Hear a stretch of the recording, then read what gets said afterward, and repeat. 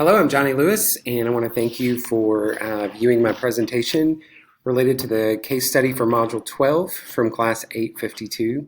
This is a collaborative model for developing the mission and vision of Lightville Middle School. I will be assuming the role of Mr. Potter, who is the principal, who has been caught in this situation and is trying to find a way forward. And so I'll be suggesting a way forward in a presentation that I would present to the team at our next meeting with one another following where the case study left off. So as we begin tonight, I just kind of want to remind everybody of where we are as a team and what our history has been and why I think this conversation about vision and mission is so important to our future. If we remember kind of how this conversation about the school began, we had this community growth and a new school need in our community, which is still, kind of considered a rural community, but is getting closer to the city and to the suburbs. And so in the conversation around a need for the school, there was some difference of opinion about the best way forward. There were three different options that were presented, whether it was renovating schools that we already had in place or moving forward with a new build.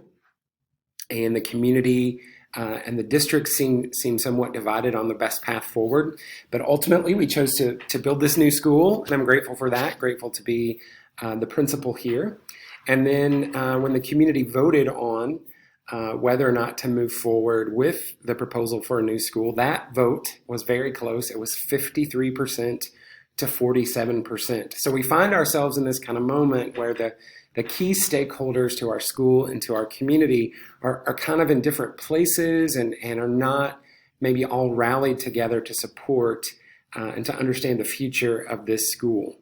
And so I think it's important for us remembering that history to think about our team's role and what we were tasked with. Our team, when we were assembled together by the district, our goal was to vote to find consensus among our team.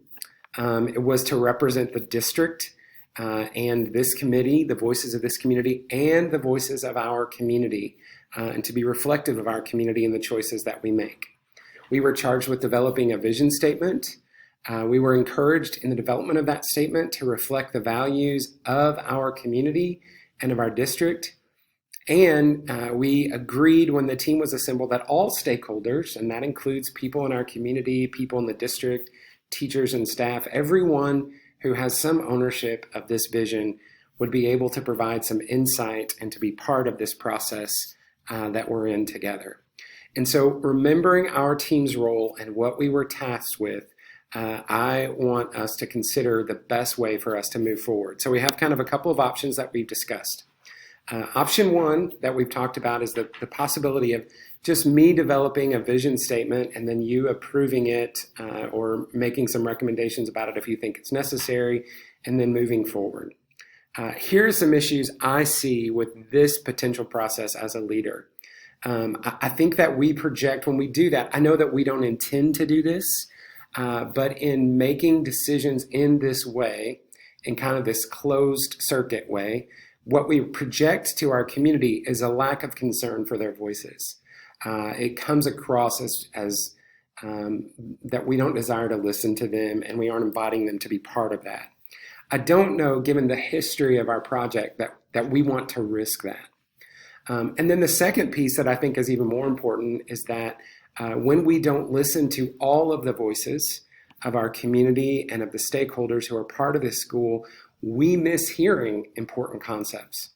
I appreciate very much as a leader your trust in me and your belief that I could develop the vision for this school on my own. But I assure you, one of the things I'm aware of as a leader is that there's a lot of stuff I don't know about this school. I'm just getting to know this community.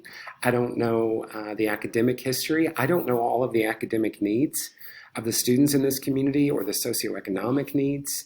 There are just a lot of pieces that I need to learn and I need to hear from other people in order to present the best vision for our school. And I think a good leader is somebody who understands that. The other option, and the one that I prefer and the one that I'm going to encourage that we embrace tonight and move forward with is collaborative development. And when I say collaborative, what I mean is embracing a model that invites all of the voices of our community and our neighborhood and the stakeholders in our community to be part of this visioning process. Now, the issue with that is that it takes longer, right? All of us would just like to rush through this part of the process. I think a lot of times when we're in this role and we all kind of have a lot of excitement and knowledge about the process moving forward, we know that this takes longer. We just kind of want to get it done so we can do kind of the nitty gritty and the nuts and bolts. The other issue with collaborative development is that we risk giving away some control. When we hear the voices of all of the staff, of all the people in our community, there may be things we learn or hear that we would prefer not to pay attention to and not to make a priority. And so those are kind of the risks of moving in that direction. One of the phrases that I heard somebody mention recently in regard to me, which I really appreciated, was the phrase visionary leadership. And I think that's very, very kind that you would suggest that. But I want to talk about what visionary leadership means to me. Vision implies that we see a whole picture, right? This is from a consulting firm called Be the Change Consulting. Visionary leaders are people who value data. We value seeing every perspective on every side. We understand that in order to see the whole picture, we've got to look at every angle, right? We've got to understand what everybody else is seeing. And we've got to gather data from all of the stakeholders who play lots of different roles. There are people who manage buildings. There are people who are special education teachers. There are people who are AP teachers. There are different administrators, athletic directors. There are people in the community who are aware of particular relationships and partnerships that we need to have with the community. In order for us to really lead and to develop a vision, we need to see all of those angles. Visionary leadership invites everyone to imagine and see. It invites everyone to be part of the process so they can embrace our vision for moving forward, so they can feel like they're a part of it. Visionary leadership is okay with a variety of options. We're okay with looking for the best option instead of just our option. And we stand in the future, we think about what the future is, and we invite other people to do that. And so if that's what visionary leadership is, then I want you to think about what mission and vision statements are and why I think it's important for us to collaborate with others as we develop these. Mission statements describe the long-term purpose or the reason for the existence of a school. Vision statements describe the goals and the aspirations of a specific school. Together, they sort of provide a long and short-term lens of the school's purpose to staff and to the community. The vision and mission statements that we develop are going to tell the community who we are and what direction we're going. The reason for us doing that is that research shows that vision statements have the ability to inform the ethics of the students that will go to our school. It really matters what we're developing. This is not just something we're doing so we can put it on a website. But research shows that when we put time and effort and energy into developing the best vision statements that we can, that when we include ethical behavior and ethical statements in them, then it can have an impact on the lives of our students after school. And so, for example, some research showed that in business, students determined when business schools used ethical content in their mission and vision statements, ethical behavior then became valued by those students and businesses after school. So it impacts who our students are as they leave this place. Vision and mission statements provide goals and identity and clarity to our employees, to our educators, our staff, to people who work in the cafeteria, manage the building. It helps them to know who we are. And because of that, it's important for them to have a say in who we are. They also provide clarity and a sense of purpose to stakeholders both inside and outside of the school, so who our community is. All of those pieces are connected to the people and are going to be a part of the life and the fabric of this school for a very long time. Well-written mission and vision statements then are academically focused. They have clear objectives. They're displayed prominently in the school. Everybody is going to know what these vision and mission statements are. They're going to see them on letters, emails, on our walls. They're going to be referenced in teacher lesson planning. And They're going to be a focal point for teachers when they develop their lessons. They're going to be thinking about how do we make this vision happen with each particular lesson that they develop. And then school administrators are going to be responsible for modeling this vision that we're developing together. And so when all of these people play a role in living into this vision, there are some common problems that can occur. One of them is that they're too complicated or people don't understand them. When people are not totally involved in the process of developing the mission and vision statement, it's possible we could come up with statements that we completely understand, or I could come up with statements that I think are wonderful, but that the community or people in the staff don't really understand why they matter. They could be invisible or unknown. Because people don't embrace them, we could not make an issue of what they are. People on the staff could find that even though I think they're really important as an administrator, from my angle of vision, that it's really irrelevant to their day-to-day activities, that it really doesn't match what they're doing in the classroom or what's happening with the building or community partnerships or any of those things. It's also a common problem that those goals then are not reinforced by the staff. And so if the staff doesn't have ownership, then they're less likely to reinforce them and to kind of pass them off to students and staff. And then when people are not part of developing that process, we find that they're more likely to then not support the vision. And so they don't understand why it matters.